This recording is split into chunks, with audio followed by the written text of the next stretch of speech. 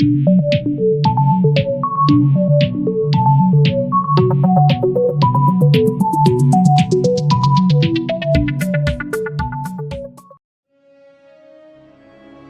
principios del siglo XX, México no vivía solo una revolución política, sino también una revolución de ideas. Las nociones del socialismo, comunismo y sindicalismo comenzaron a filtrarse entre obreros, campesinos e intelectuales que buscaban transformar la desigualdad del porfiriato. Pero, ¿cómo llegó el socialismo y la izquierda a México? ¿Quiénes la impulsaron y cómo moldeó las políticas del país en los años posteriores a la revolución e incluso hasta nuestros días? Quédate y responde junto con nosotros estas preguntas, no sin antes dejar tu like y suscribirte si aún no lo has hecho, para seguir disfrutando de más contenido, porque, aunque no lo parezca, tu like nos ayuda muchísimo. Antes de evaluar la situación de nuestro país, debemos de revisar las diferentes ideologías y corrientes de izquierda que llegaron a nuestra nación y qué representa cada una y cómo, aunque muchas de ellas son similares, son diferentes.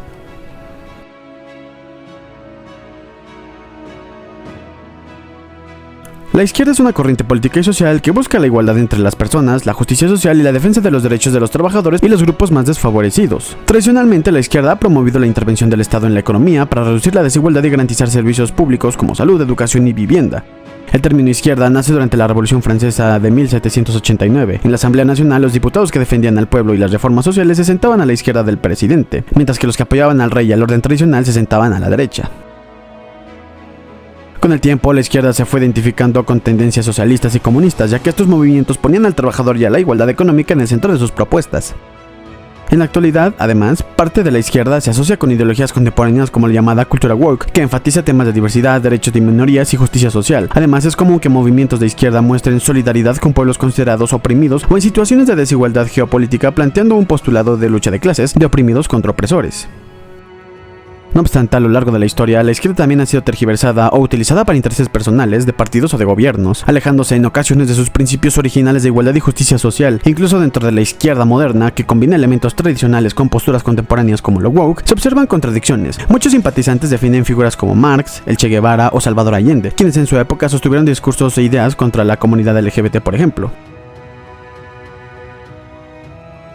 Esto demuestra que, con el paso del tiempo, diversas ramas de la izquierda han sido reinterpretadas, modificadas o adaptadas a sensibilidades actuales, generando una mezcla de ideología que ya no siempre coincide con sus raíces históricas.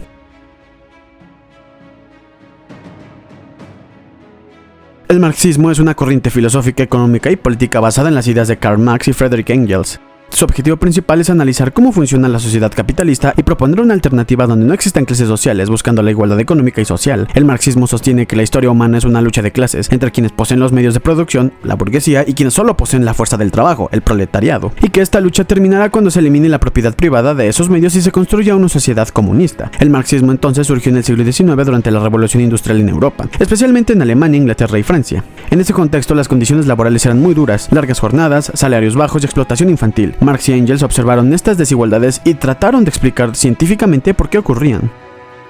Así nació el marxismo como una crítica al capitalismo, proponiendo que las relaciones económicas determinaran las estructuras sociales, políticas e ideológicas. El texto fundamental es el Manifiesto del Partido Comunista de 1848, escrito por Marx y Engels, donde se exponen los principios del movimiento comunista. Más adelante, Marx desarrolló sus teorías económicas en su obra El Capital, de 1867.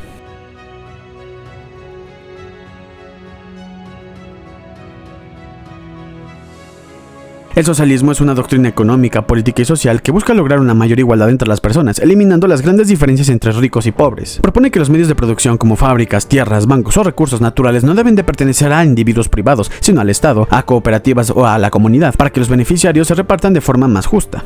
El socialismo surgió en Europa durante el siglo XIX como una reacción a los abusos del capitalismo industrial. Durante la revolución industrial ya mencionada, millones de obreros trabajaban en malas condiciones y con salarios muy bajos, mientras los dueños de fábricas se enriquecían. Pensadores como Robert Owen de Inglaterra, Charles Fourier y Henri de Saint-Simon de Francia fueron los primeros en proponer ideas de solidaridad social, propiedad colectiva y cooperación.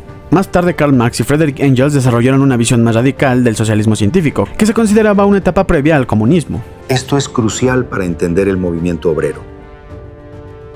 Absolutamente, y esta parte lo demuestra claramente.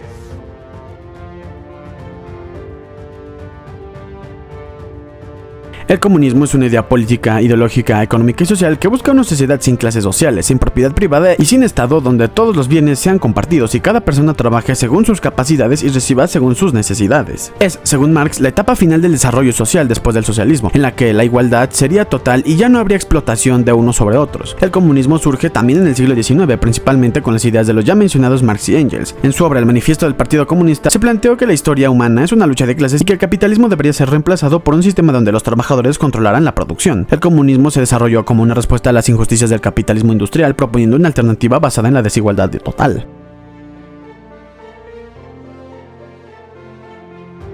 El anarquismo también es una corriente política, social y filosófica que busca una sociedad sin gobierno, sin Estado y sin jerarquías. La palabra viene del griego anarquía, que significa sin autoridad. Los anarquistas creen que las personas pueden organizarse libremente y cooperar entre sí sin necesidad de un poder que las controle. El anarquismo surgió en Europa durante el siglo XIX en el mismo contexto que el socialismo y el marxismo. Sus primeras ideas aparecen con pensadores como William Godwin, de Inglaterra, uno de los primeros en hablar de la sociedad sin gobierno. Pierre Joseph, de Francia, quien dijo la famosa frase "la propiedad es un robo". Mikhail Bakunin, de Rusia, quien fue el rival de Karl Marx y promovió la revolución social directa sin pasar por un estado socialista. O Piotr Kropotkin, que propuso el apoyo mutuo como base de la sociedad.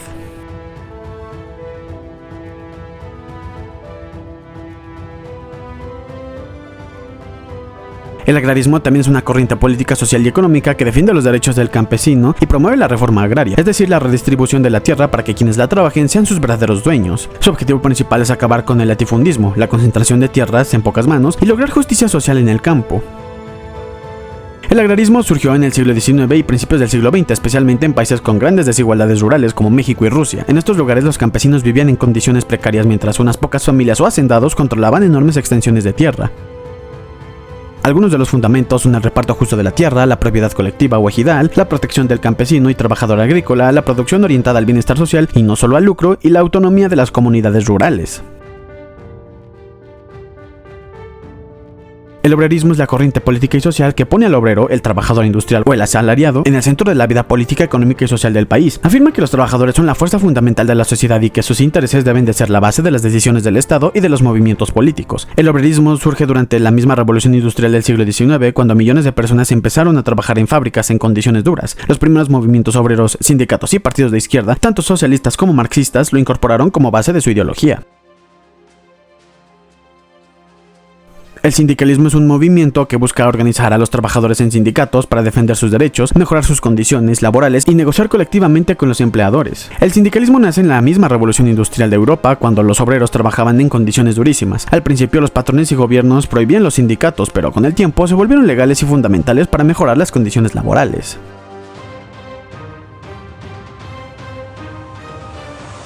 Por otro lado, el progresismo también es una corriente política y social que busca impulsar cambios y reformas para mejorar a la sociedad, especialmente en temas de derechos civiles, igualdad, justicia social y diversidad. A diferencia del socialismo o el marxismo, el progresismo no es una teoría económica cerrada, sino más bien una actitud política que apoya transformaciones en derechos de minorías, medio ambiente y derechos humanos. El progresismo surgió en el siglo XIX en Estados Unidos y Europa como respuesta a la industrialización y a las injusticias sociales. Sin embargo, en su forma moderna, asociada con derechos civiles, feminismo, diversidad y causas globales, se desarrolla especialmente desde los años 60 en adelante. El progresismo es una corriente contemporánea asociada a la izquierda que promueve cambios sociales y culturales. Aunque proviene de la izquierda, no coincide totalmente con el marxismo y el socialismo clásico y representa una adaptación más moderna y cultural de las ideas de transformación social.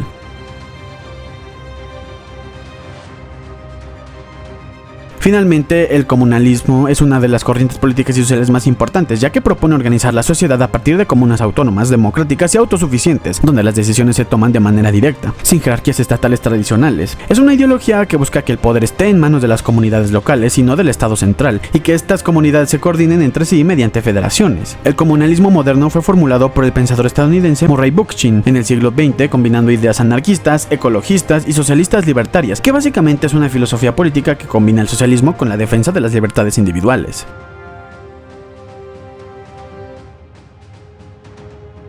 En tanto a la situación de México, antes de que existieran izquierdas como tal en nuestro país, ya circulaban ideas liberales inspiradas en la Ilustración y la Revolución Francesa. Estas ideas daban prioridad a la igualdad ante la ley, el Estado laico, la limitación del poder de la Iglesia y la ciudadanía y soberanía popular. Los liberales de la Reforma, como Juárez, Ocampo o Lerdo, no eran de izquierda en el sentido moderno, pero representaban el antecedente directo, un Estado que buscaba transformar a la sociedad y romper privilegios, o eso es lo que aparentemente promovían.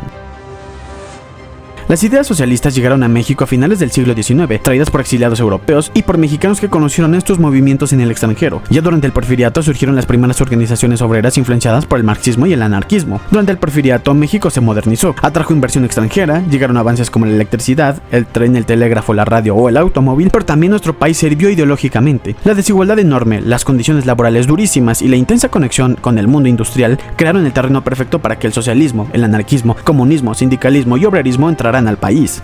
Principalmente estas ideas surgieron gracias a las condiciones laborales de los trabajadores de minas, fábricas, haciendas y ferrocarriles. La clase obrera, como era conocido este grupo social, trabajaba de 12 a 14 horas al día, sin descanso, sin salario mínimo y sin condiciones laborales seguras y con asociaciones que los representaban. Después serían sindicatos, que no eran del todo libres o bien eran corruptos. Fue así como los obreros mexicanos, enfrentados al capitalismo porfirista, empezaron a ver atractivas estas ideas que prometían justicia social, propiedad colectiva y organización del trabajador. Desde finales de los 1890, Ricardo y Enrique Flores Magón fueron quienes introdujeron con más fuerza a nuestro país el anarquismo, el socialismo libertario e ideas comunalistas. En cuestiones de prensa, el periódico Regeneración difundió mensajes contra el capitalismo, el Estado autoritario y la explotación laboral. El Partido Liberal Mexicano, el PLM, adoptó principios del liberalismo de izquierda, en un comienzo y con el tiempo claramente socialistas, anarquistas, agraristas, anarcocomunistas, anarcosindicalistas y magonistas.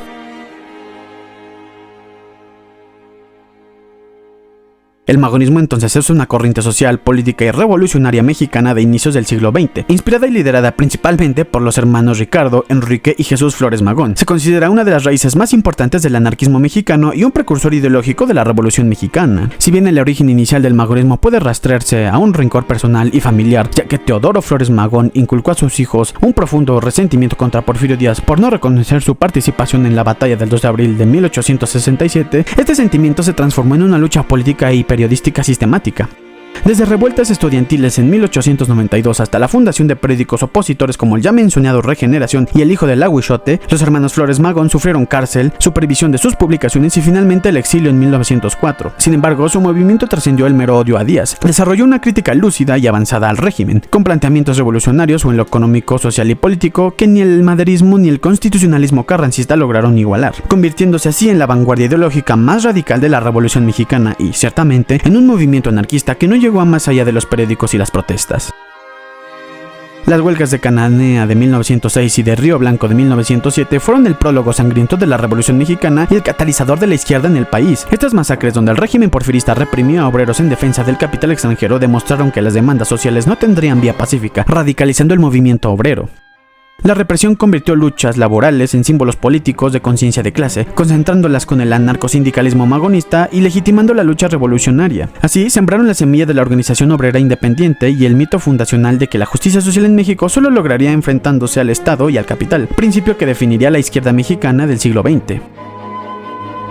Figuras como Aquiles, Natalia, Máximo o Carmen Cerdán no formaron parte de estos movimientos socialistas o anarcosindicalistas. Los Cerdán eran más bien maderistas convencidos, liberales democráticos que defendían el sufragio efectivo y la no reelección, más preocupados por poner fin al autoritarismo que por transformar la estructura económica. Aún así vieron de cerca el creciente descontento obrero y popular del régimen porfiriano, y su lucha armada en Puebla el 18 de noviembre de 1910 simbolizó el primer estallido de la revolución. Sus muertes y arrestos marcaron el inicio de una etapa donde, tras el colapso del sistema porfirista, las demandas agrarias, obreras y socialistas que ellos mismos no defendían directamente, pero sí presenciaron en su entorno, emergerían con fuerza y darían forma a las corrientes de izquierda que dominarían al México posrevolucionario. En esta época surgió también una generación de intelectuales y activistas profundamente crítica a la injusticia social del porfiriato. Ahí entrarían figuras como Andrés Molina Enríquez, Juan Saravia y Antonio Díaz Soto y Gama, militantes del anarcosindicalismo magonista, y más tarde revolucionarios como Francisco J. Mújica fusionaron estas influencias foráneas, el anarquismo y el socialismo, con las demandas concretas de la realidad mexicana, principalmente la cuestión de la tierra y los derechos de las comunidades campesinas. Este crisol ideológico, más que un socialismo propio definido, sentó las bases intelectuales y programáticas para las reivindicaciones sociales radicales que estallarían en la Revolución de 1910.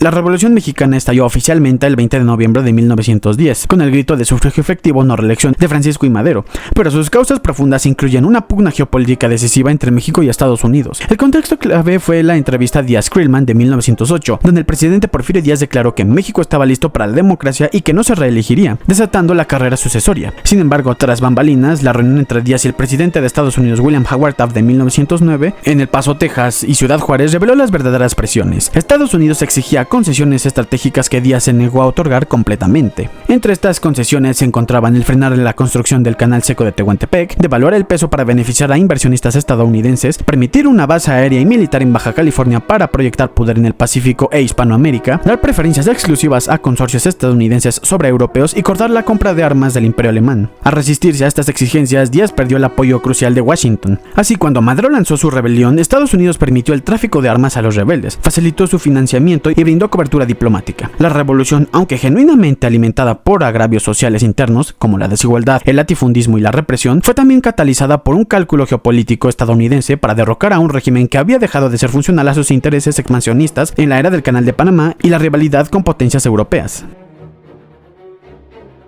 La primera etapa de la Revolución Mexicana no fue ideológica en apariencia. Inició como un movimiento político contra la reelección de Porfirio Díaz, pero en cuanto estallaron las rebeliones, todas las ideas acumuladas durante el porfiriato, como el agrarismo, anarquismo, obrerismo o socialismo, brotaron por fin, cada una desde líderes y territorios distintos.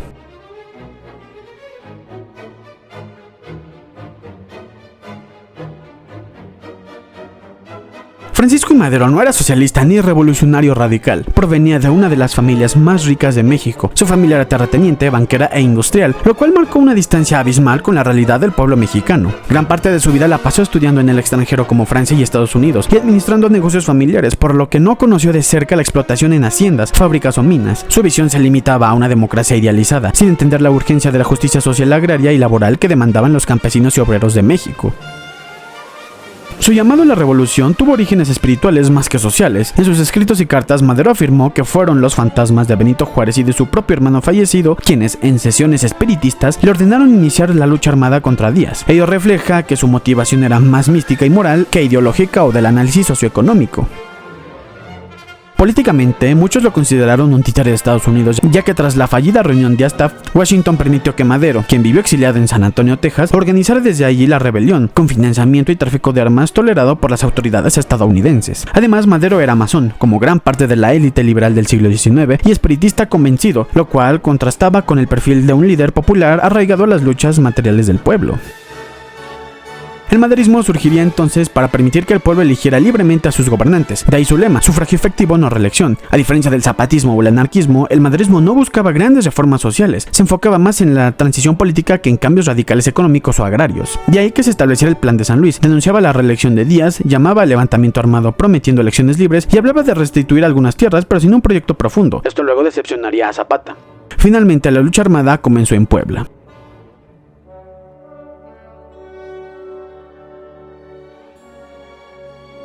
En el albor de la pelea, Emiliano Zapata, originario de Anenecuilco, Morelos, fue la figura social más importante de 1910 a 1913, pero no era comunista, no era socialista y tampoco era marxista. Sus ideas provenían de tradiciones campesinas, formas comunales del virreinato, la lucha por la restitución de ejidos e influencias menores del anarquismo rural. Y él mismo lo aclaraba en una carta famosa. No era socialista, solo quería que los pueblos recuperaran lo que era suyo, lo que se les otorgó desde la era del virreinato y lo que Juárez les arrebató con las leyes de reforma.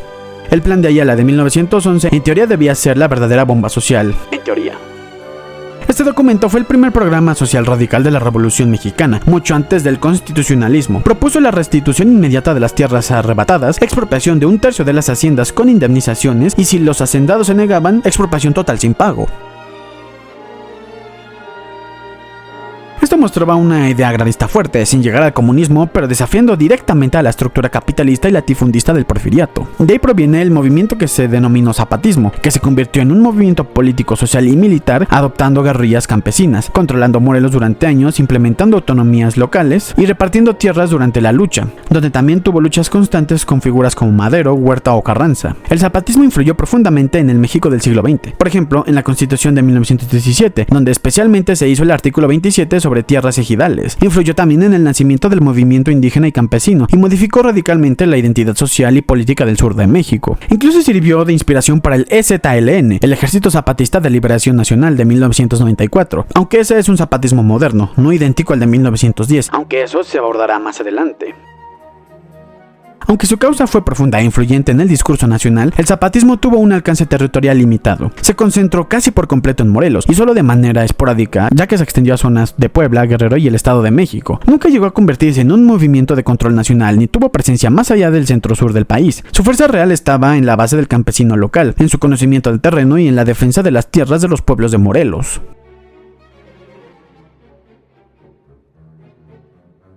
Madero ganó las elecciones en 1911 tras la renuncia de Díaz. Sin embargo, su gobierno enfrentó presión de revolucionarios más radicales como el ya mencionado Zapata, quien no lo terminaría apoyando por la falta de cumplimiento de los tratados de Ciudad Juárez. Enfrentó presión de porfiristas, terratenientes y sectores conservadores y una evidente falta de apoyo de militares, sin mencionar la poca o nula experiencia institucional.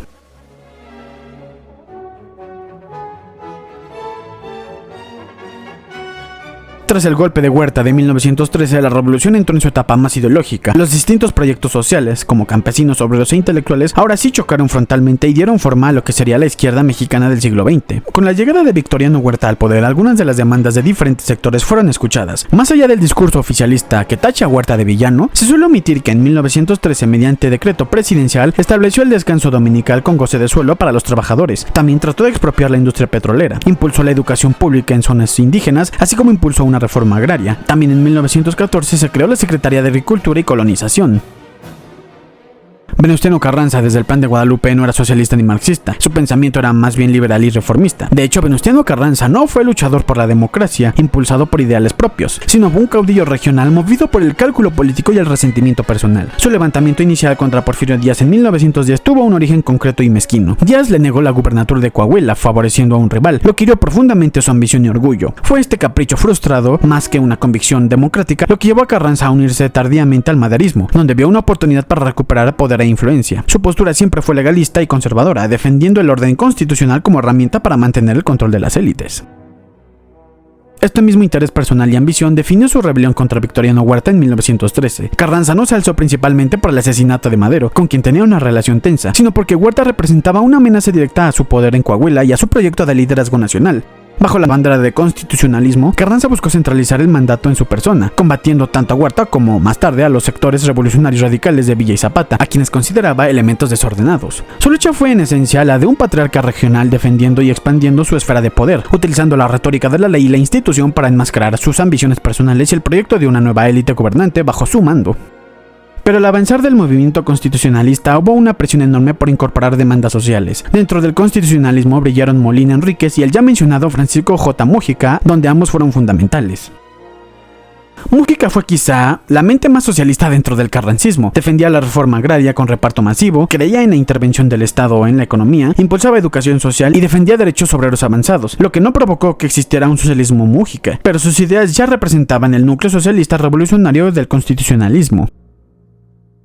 Andrés Molina Enríquez fue uno de los pensadores sociales más influyentes del México pre- y postrevolucionario, cuyo impacto ideológico marcó profundamente el agrarismo y buena parte de la izquierda mexicana del siglo XX. Su obra Los grandes problemas nacionales de 1909 fue una denuncia frontal al latifundismo porfirista y a la concentración de tierras, señalando que la cuestión agraria era el origen estructural de la injusticia en México. Aunque no era socialista ni marxista, su pensamiento combinaba un nacionalismo radical, un reformismo social profundo y una visión de justicia campesina que anticipaba demandas revolucionarias. Molina Enríquez propuso la restitución de tierras comunales, la expropiación de los grandes hacendados y la intervención activa del Estado en la economía rural, ideas que inspiraron directamente, como ya se mencionó, el artículo 27 de la Constitución de 1917 y que nutrieron el discurso de figuras como Zapata, Mújica y Cárdenas. En síntesis, Molina Enríquez no perteneció al letido doctrinal, pero fue uno de los pensadores intelectuales del agrarismo mexicano, una de las corrientes más importantes de la izquierda social mexicana del siglo XX.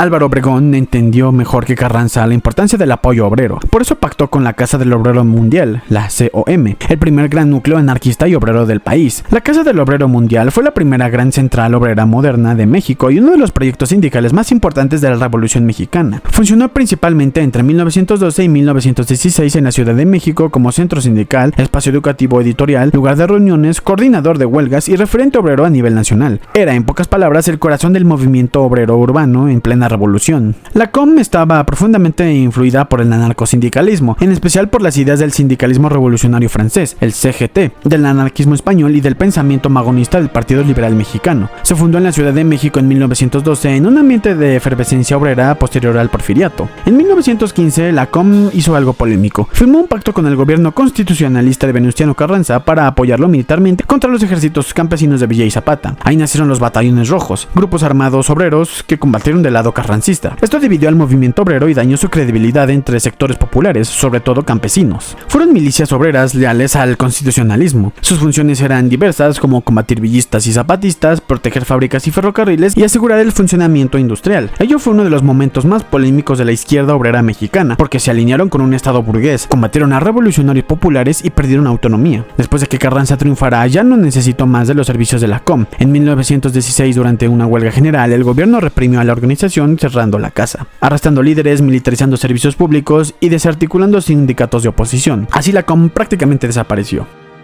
Álvaro Obregón no fue un líder socialista, ni marxista, ni de izquierda. Su proyecto político estaba mucho más cerca del pragmatismo militar y del liberalismo reformista heredado del constitucionalismo que de cualquier doctrina revolucionaria socialista. Aunque utilizó un discurso social para ganar apoyo, su prioridad siempre fue estabilizar el Estado, controlar a los caudillos y asegurar la reconstrucción económica del país, no llevar a cabo una revolución social profunda.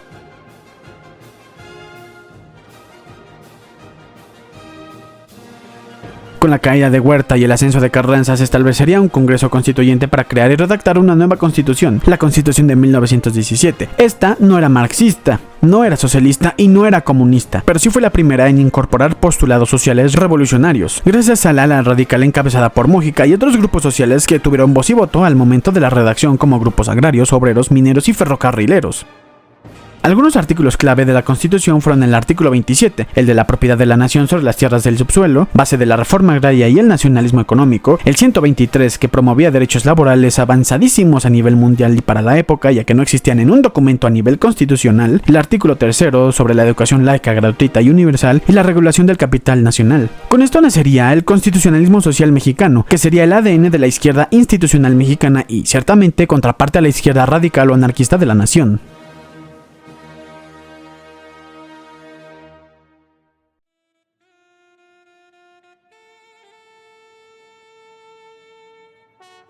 Con la lucha armada en su última etapa, destacaron también personalidades que divulgaron y defendieron ideales de la izquierda, siendo socialistas, marxistas o comunistas e incluso feministas de izquierda. Dolores Jiménez y Muro, nacida el 7 de junio de 1848 en Aguascalientes, fue una maestra, periodista, escritora, activista social y revolucionaria. Con el paso del tiempo, su conciencia social la acercó a las causas antiporfirio y se convirtió en una destacada luchadora por los derechos de los trabajadores, campesinos, indígenas y mujeres. En su juventud ya escribía poesía comprometida. En 1874 promovió versos con tono nacionalista y reformista que reflejaban su deseo de un México más justo. Fue simpatizante del Partido Liberal Mexicano, colaborando con figuras radicales de oposición al régimen de Porfirio Díaz. Fue autora del llamado Plan Político y Social de Tacubaya de 1911, un documento con propuestas como la restitución de tierras al campesinado, la jornada laboral justa, protección de indígenas, abolición de los monopolios, aumento de salarios, derecho al voto libre, libertad de expresión, entre más demandas sociales. Se involucró activamente en la lucha revolucionaria, apoyando a Francisco I. Madero al inicio y más tarde colaborando con Emiliano Zapata y las fuerzas zapatistas. Redactó el prólogo del Plan de Ayala, un documento clave para la revolución. Más allá de la guerra, impulsó el activismo feminista, fundando el Club Femenil Hijas de Cuauhtémoc, promovió derechos de las mujeres y su participación política y social instó a las mujeres a reclamar su lugar más allá del hogar. Otilio Montaño Sánchez nació el 13 de diciembre de 1877 en Morelos. Fue un maestro rural, líder rebelde y revolucionario muy vinculado al zapatismo durante la Revolución Mexicana. Se educó y trabajó como profesor en varias escuelas de Morelos, lo que le valió el respeto en su comunidad y le dio una base intelectual para intervenir en los acontecimientos sociales y políticos de la época. Desde 1910 se involucró en la lucha contra el régimen porfirista, inicialmente simpatizando con Francisco I. Madero y uniéndose a las fuerzas maderistas en Morelos junto a figuras como Pablo Torres Burgos y Emiliano Zapata. Sin embargo, cuando Zapata rompió con Madero por la falta de cumplimiento de sus promesas agrarias, Montaño decidió permanecer fiel al movimiento agrarista de Zapata. Su aporte más significativo fue redactar el Plan de Ayala de 1911, el documento político que definió las demandas del zapatismo. Reforma agraria, restitución de tierras y justicia social para los campesinos fueron algunos de los postulados de aquel plan. Aunque las ideas básicas provenían de Emiliano Zapata, fue Montaño quien les dio forma escrita y coherencia, expresando la necesidad del pueblo rural de encabezar el movimiento. Durante la guerra, Montaño también participó en la Junta Revolucionaria del Centro y Sur de la República, un intento zapatista de reorganizar militar y políticamente a sus fuerzas. Fue nombrado secretario de Instrucción Pública en el gobierno convencionista de Francisco Lagos Cházaro en 1915, lo que muestra su papel no solo como ideólogo, sino como funcionario dentro de estructuras revolucionarias. Sin embargo, hacia principios de 1917 surgieron tensiones internas con otros líderes zapatistas como Manuel Palafox y Antonio Díaz Soto y Gama, que llevaron a su distanciamiento del movimiento. Tras un levantamiento en Buenavista de Cuellar, donde algunos zapatistas marginados pidieron reconocimiento a Venustiano Carranza, Montaño fue acusado de ser ideólogo del movimiento. A pesar de declararse inocente, fue capturado, juzgado y ejecutado el 18 de mayo de 1917 por un consejo de guerra zapatista, en la plaza principal de Tlaltizapan, Morelos.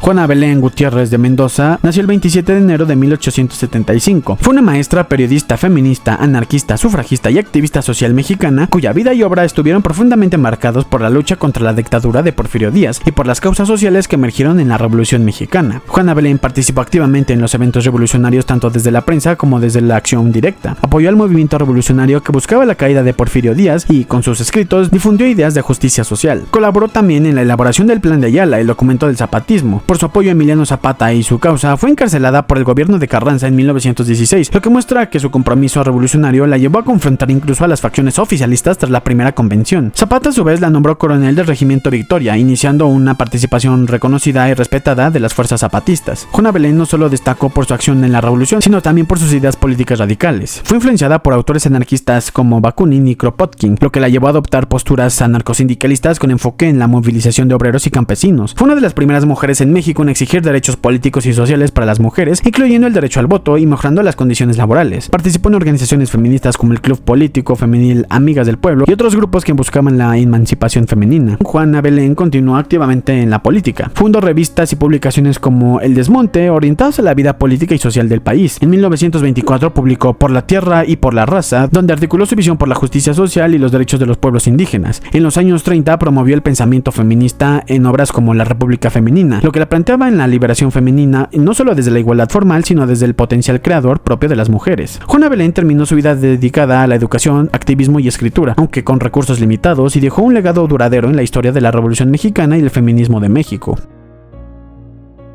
María Refugio García Martínez nació el 2 de abril de 1889 y fue una profesora, activista feminista, comunista y sufragista mexicana que destacó en la primera mitad del siglo XX por su lucha de los derechos de las mujeres, la educación y la justicia social. Participó como maestra rural en Michoacán, apoyando la educación laica, gratuita y accesible, una de las demandas importantes de los sectores populares postrevolucionarios, y colaboró con el general Francisco J. Mújica en proyectos educativos tras la revolución. Se afilió en 1919 al Partido Comunista Mexicano, el PCM, y se convirtió en una de sus representantes, impulsando ideas de igualdad de género, organización femenina y participación política de las mujeres. Fue fundadora del Frente Único Pro Derechos de la Mujer, el FUPDM, en 1935, una de las organizaciones feministas más importantes de su tiempo, con decenas de miles de afiliadas que luchaban por reformas legislativas en favor de las mujeres. Fue candidata a diputada federal por Michoacán, ganó por un amplio margen, pero el Estado no permitió que asumiera su cargo porque la Constitución no reconocía aún los derechos políticos plenos de las mujeres. En protesta realizó una huelga de hambre frente a la residencia del presidente Lázaro Cárdenas en agosto de 1937, lo que presionó al gobierno y llevó a que se aprobara la modificación del artículo 34 constitucional, permitiendo la plena ciudadanía de las mujeres, aunque el voto nacional femenino se otorgó hasta 1958. Se involucró en la vida sindical y colaboró con grupos feministas y obreros, buscando que las reivindicaciones de género se expresaran dentro de las luchas sociales más amplias de México. Dionisio Encina Rodríguez fue un político mexicano del Partido Comunista Mexicano, nacido el 9 de octubre de 1907 en una familia minera de Zacatecas. Desde joven trabajó como carpintero en Torreón, Coahuila, donde se vinculó con el trabajo obrero y pronto se integró a la Federación de Jóvenes Comunistas de México, la organización juvenil del PCM, llegando a formar parte en su dirección nacional a finales de los años 20. Participó activamente en la escena internacional comunista en sus primeros años, viajando a América Central junto con otros militantes para colaborar en la organización de estructuras como la Defensa Obrera Internacional y la Juventud Comunista. comunista, esfuerzos vinculados a la solidaridad internacional de los trabajadores. En la década de 1930 destacó como dirigente en movimientos laborales obreros, especialmente en el gran movimiento huelguístico de los proletarios agrícolas de La Laguna de 1936, coordinado por la Confederación Sindical Unitaria de México, en el marco de la conflictiva lucha por mejores condiciones laborales en el campo y la industria. A comienzos de los años 40, Encina fue parte de una comisión interna que reorganizó el ICM, promoviendo la expulsión de dirigentes como Hernán Laborde y Valentín Campa, y posteriormente fue electo secretario general del partido, cargo que ocupó durante alrededor de 20 años. En este papel representó al PCM en conferencias internacionales, como la Cuarta Conferencia Nacional del Partido Comunista en Argentina, e incluso asistió a congresos del Partido Comunista de la Unión Soviética en 1956 y 1959, marcando su alineación con la política internacional comunista de su época. Además de su actividad partidista, Encina fue candidato a senador por la Federación de Partidos del Pueblo Mexicano en el estado de Coahuila, y en 1944 colaboró con figuras como Vicente Lombardo Toledano, Narciso Bassols y Gaudencio Peraza en la fundación de la Liga Socialista Mexicana, un esfuerzo por articular corrientes socialistas en el país. Elena Torres Cuéllar nació el 3 de junio de 1893. Fue una educadora, feminista, escritora, líder revolucionaria y activista social mexicana. Su vida estuvo marcada por la lucha por la justicia social, la igualdad de género y la educación pública y laica en el México postrevolucionario. Desde joven escribió artículos contra el régimen porfirista, usando seudónimos como Julieta y La Guanajuatense. Fue miembro del Partido Comunista Mexicano y en 1917 fue la única mujer que participó en la primera reunión del Partido Socialista de Yucatán, representando a la Liga Central de Resistencia, lo que la colocó dentro de las corrientes socialistas que surgieron en la revolución y sus consecuencias inmediatas. En 1919 fundó el Consejo Feminista Mexicano junto con María del Refugio García, organización que luchó por mejores condiciones económicas y sociales para las mujeres, incluyendo el derecho al sufragio femenino. Representó al feminismo mexicano en conferencias internacionales como la Liga de Mujeres Sufragistas en Baltimore de 1922 y promovió la participación femenina en espacios políticos y sindicales. Fue jefa de la Oficina de Misiones Culturales, un programa que transformó la educación rural capacitando a miles de maestros, extendiendo la escuela pública y mejorando condiciones de vida en comunidades agrícolas. Impulsó métodos pedagógicos laicos y científicos, incluyendo la introducción de educación tipo Montessori y proyectos de desayunos escolares, lo que contribuyó a la consolidación de la educación pública en el país. Abogó por la participación pacífica de las mujeres, su presencia en congresos y su derecho a expresarse en foros públicos. Su labor en el Congreso Panamericano de Mujeres y en asociaciones feministas la colocó como una figura importante en el movimiento por la igualdad de género a nivel internacional. Con la inmensa cantidad de eventos y personalidades que marcaron la Revolución Mexicana, el conflicto fue entrando, al menos en apariencia, en el final de su etapa militar más intensa. El país comenzó entonces a transitar hacia una era de institucionalización, donde el poder dejó de depender únicamente por los ejércitos revolucionarios y pasó a organizarse a través de partidos, leyes y movimientos políticos de muy distintos signos. Sin embargo, este intento por ordenar la vida nacional no significó el fin de la violencia. Aún persistieron levantamientos armados, rebeliones regionales y conflictos sociales que recordaban que la revolución no había terminado del todo. Precisamente en ese terreno ambiguo entre la paz institucional y la lucha armada, surgían nuevas fuerzas políticas y proyectos ideológicos que marcarían la siguiente etapa de la historia de México. Si has llegado hasta aquí, no te olvides de dejar tu like, de suscribirte y de compartir el video para que más gente se entere de cómo es que surgió la izquierda en México. Esta solo ha sido la primera parte y más adelante estaremos subiendo las partes subsecuentes. No te olvides de activar la campanita y las notificaciones para que estés enterado de cuando subamos este próximo video.